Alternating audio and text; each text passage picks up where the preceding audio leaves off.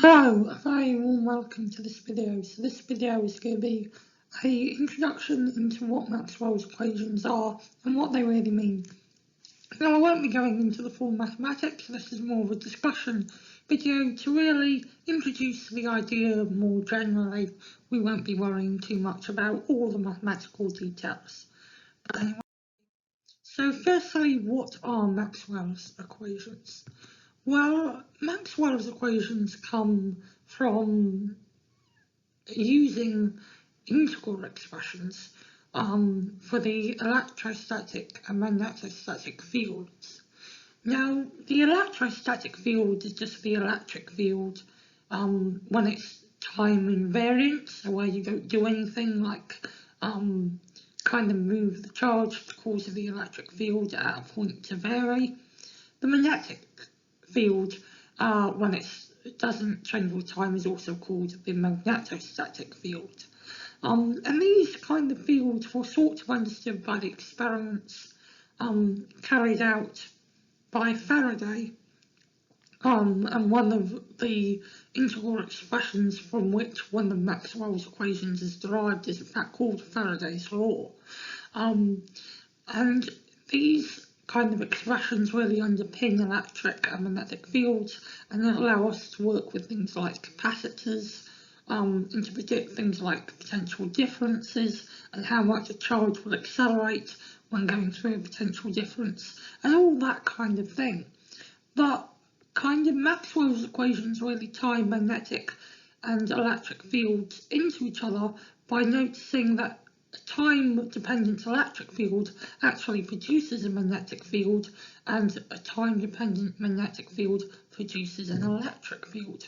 So they're coupled together, and the Maxwell's equations really describe this kind of coupling between the fields and allow us to work out time-dependent electric and magnetic fields.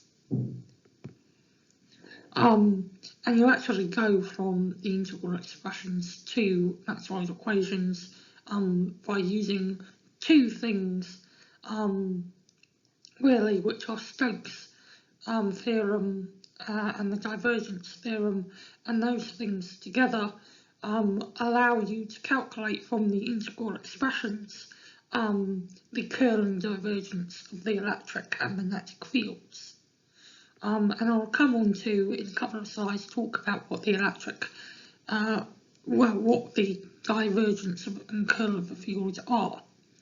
But essentially Maxwell's equations are written as curl of the electric field equals this, divergence of the electric field equals this, and same for the magnetic field.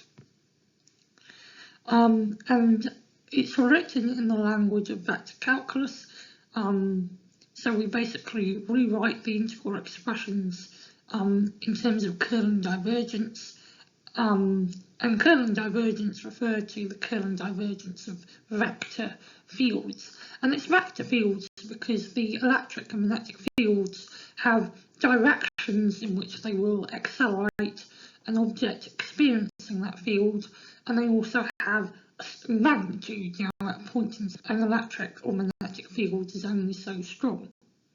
So these fields are vector fields as opposed to scalar fields, where scalar fields wouldn't specify the direction in which they accelerate something. They just like the temperature is an example of a scalar field, because it doesn't make sense to say in which direction is the temperature pointing. You can only talk about the temperature at a specific point, not the direction associated with the temperature. So temperature is a scalar field.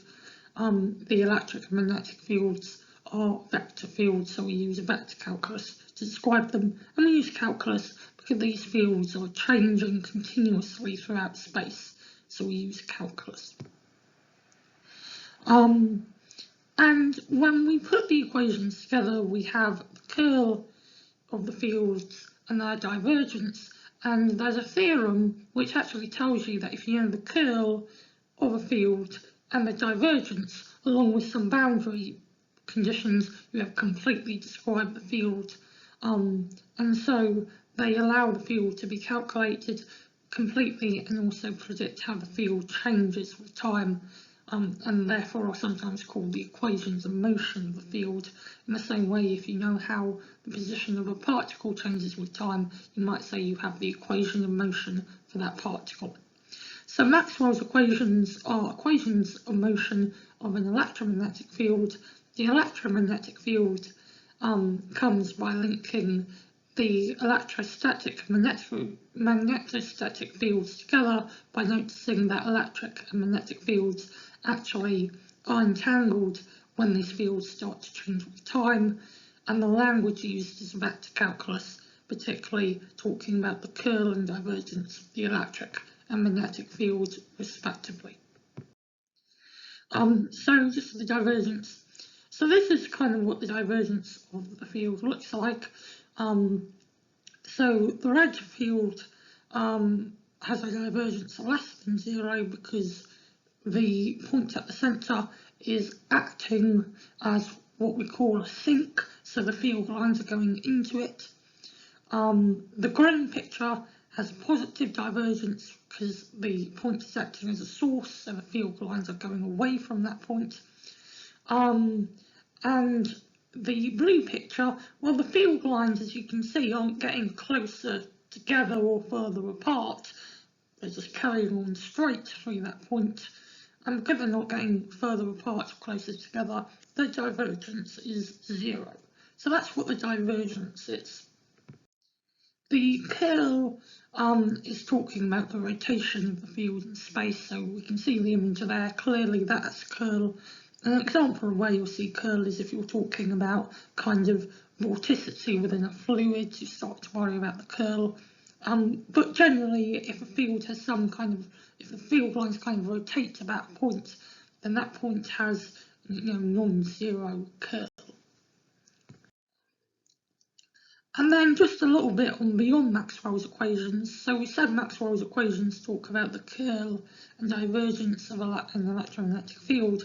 Well, if we go a little bit beyond it, we can actually link the fields together further by talking about the potentials associated with them. So, for the electric field, it has a scalar potential, which is, sometimes just called the potential, and its difference between 2 points is called the potential difference. If you have, with batteries, you might be familiar with the potential difference. Usually in electric circuits, we're dealing with potential difference, and that's just referring to the difference in the scalar potential of an electric field from one point to another. You can't quite do this with a magnetic field. The magnetic field doesn't really have a scalar potential. In fact, it has a vector potential, and there are certain properties of the magnetic field which make it different from the electric field because of this thing that the magnetic field has a vector potential, whereas most fields, like the electric field and also like gravity, have a scalar potential.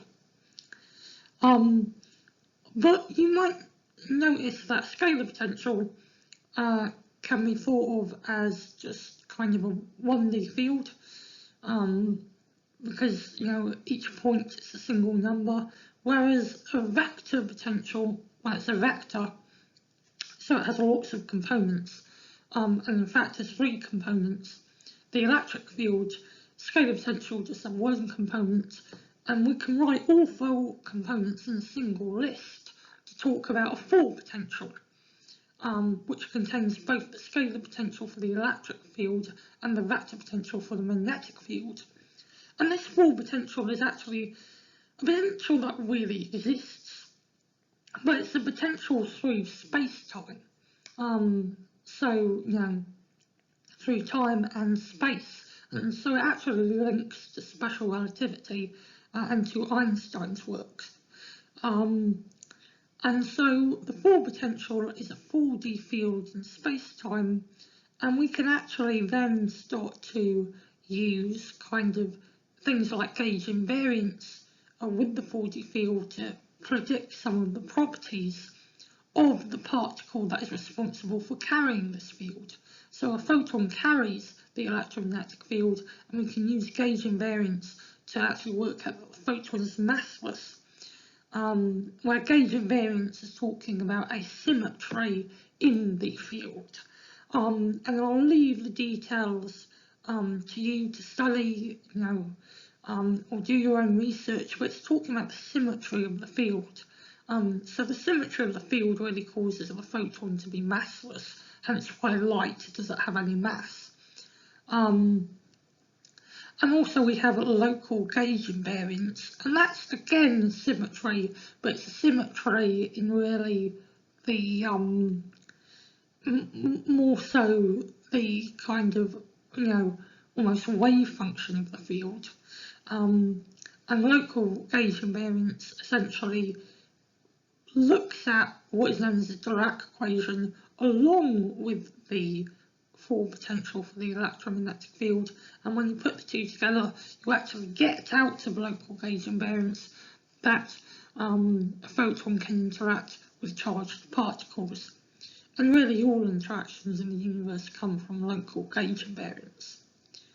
Now that might be a very quick tour, and I'm being rather vague in some areas, but that's because this is just a general introduction to what Maxwell's equations are and going a bit beyond them. But I'll leave the mathematics for your own research. But hopefully this is a good light introduction.